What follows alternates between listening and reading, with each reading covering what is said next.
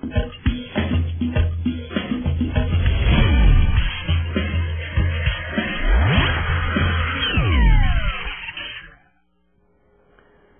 recebo hoje aqui no Sintonia uma figura da cultura nacional brasileira que eu sei é difícil definir às vezes. Porque você é cronista, escritor, dramaturgo, roteirista de cinema, para outras coisas, né? Conferencista. Eu estou falando de Alcione Araújo. Como é que você se define, Alcione? Quer dizer, como é que você gosta de ser, digamos assim, identificado ou chamado? Como é que você prefere? Eu também não sei dizer não. Eu sou, digamos, pau para toda obra. Quando há obra. Quer dizer, sobretudo completa. Mas um lado, acho que um lado que as pessoas talvez saibam menos de você, a não ser o pessoal de Minas, é seu lado de cronista, né? Você escreve também crônica em jornais do Rio e de São Paulo? Não, eu escrevo numa revista, mas é uma revista de circulação muito especial na área de ciências sociais, chamada Cidadania Viva, e no Estado de Minas. Estado de Minas. O Estado de Minas é um pouco como o Estado de São Paulo, o jornal do Estado de São Paulo, que a cada dia tem um cronista que ocupa aquele espaço. Não é isso? É. O seu é segunda-feira. O meu é segunda-feira. Mas você está em São Paulo, está no Rio, você mora no Rio. Moro no Rio. Apesar de ser mineiro de origem. Mas você, quando escreve uma crônica no Estado de Minas, você pensa no teu leitor de Minas ou você está fazendo uma crônica em função do que você vê, do que acontece? Como é que você dirige a sua crônica? Pois é. Há uma questão que talvez a situação ideal, ou a situação que havia num certo momento da crônica, era de que o cronista falava da sua cidade onde ele estava. Eu penso que hoje, quase todos os cronistas estão fora da maior parte dos jornais onde eles publicam, porque muitos publicam em vários lugares, embora Luiz Fernando mora em Porto Alegre. Né? Então, hoje a crônica ficou um pouco mais nacional, e nesse sentido ela ficou um pouco mais abstrata, não é?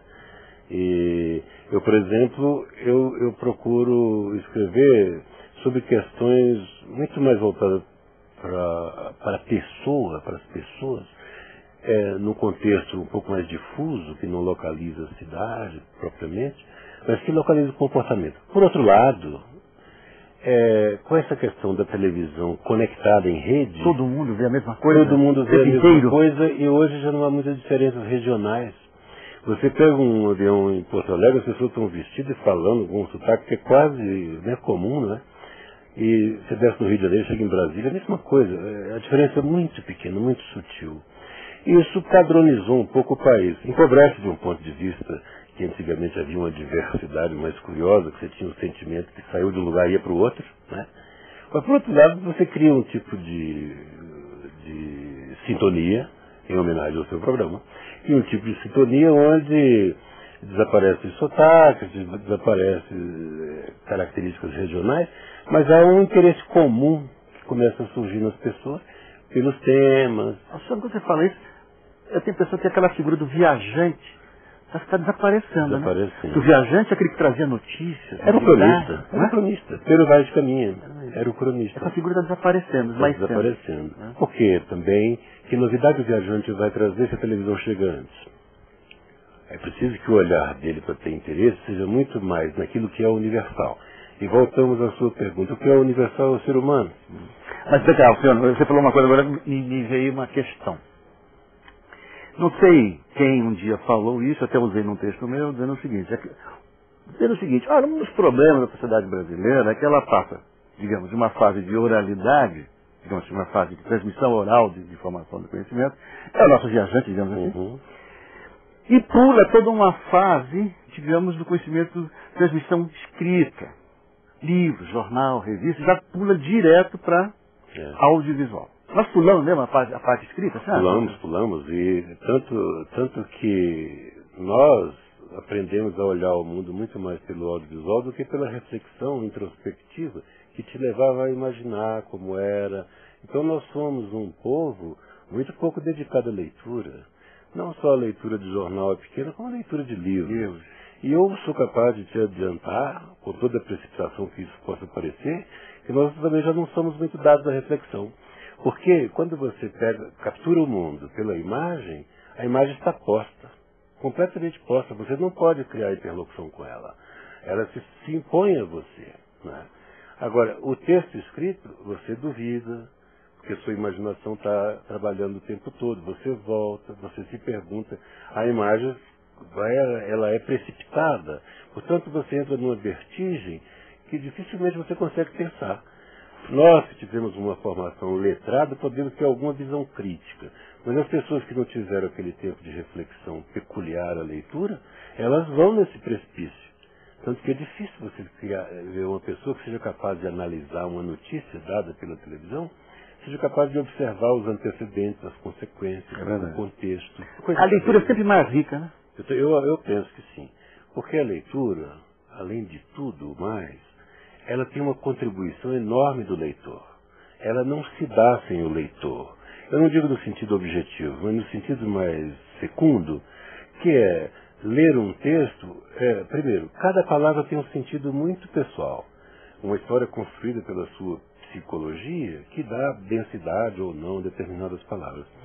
Ao mesmo tempo, o texto escrito, ele conta com a sua contribuição de um certo repertório de imagens, de vivências, de capacidade de observação pessoais, completamente pessoais. Portanto, na verdade, na fenomenologia da leitura, o que acontece é que tem os estímulos do autor, mas tem uma enorme contribuição interpretativa da vivência do leitor. Né? Tanto que, quando você tem uma carga existencial maior, certos livros não têm nenhuma contribuição a te dar. Não é? Então, quando você lê O Pequeno Príncipe, aos 10, 12 anos de idade, tem um significado enorme. Aos 30 já não tem mais nenhum. A sua demanda existencial exige que você avance para lugares, para terrenos que você já tem repertório. Da mesma forma como um livro que digamos, seria estimulante para alguém de 40 anos, é inapreensível para alguém de 15. Portanto, eu quero dizer que a contribuição pessoal na leitura é talvez mais importante do que do próprio autor. Professor, tem uma coisa, só para terminar esse bloco aqui, uma coisa que você está falando isso, essa questão da leitura, da participação do leitor, eu ouço uma frase das mais frequentes hoje em dia, são as pessoas me dizerem, eu não estou sem tempo para ler. É gostado disso, né? Eu fico curioso, como falta tempo para ler, né? Aí a pessoa nunca percebe que ela está usando o tempo em outras coisas, né? Quer dizer, na verdade é um problema de prioridade, né?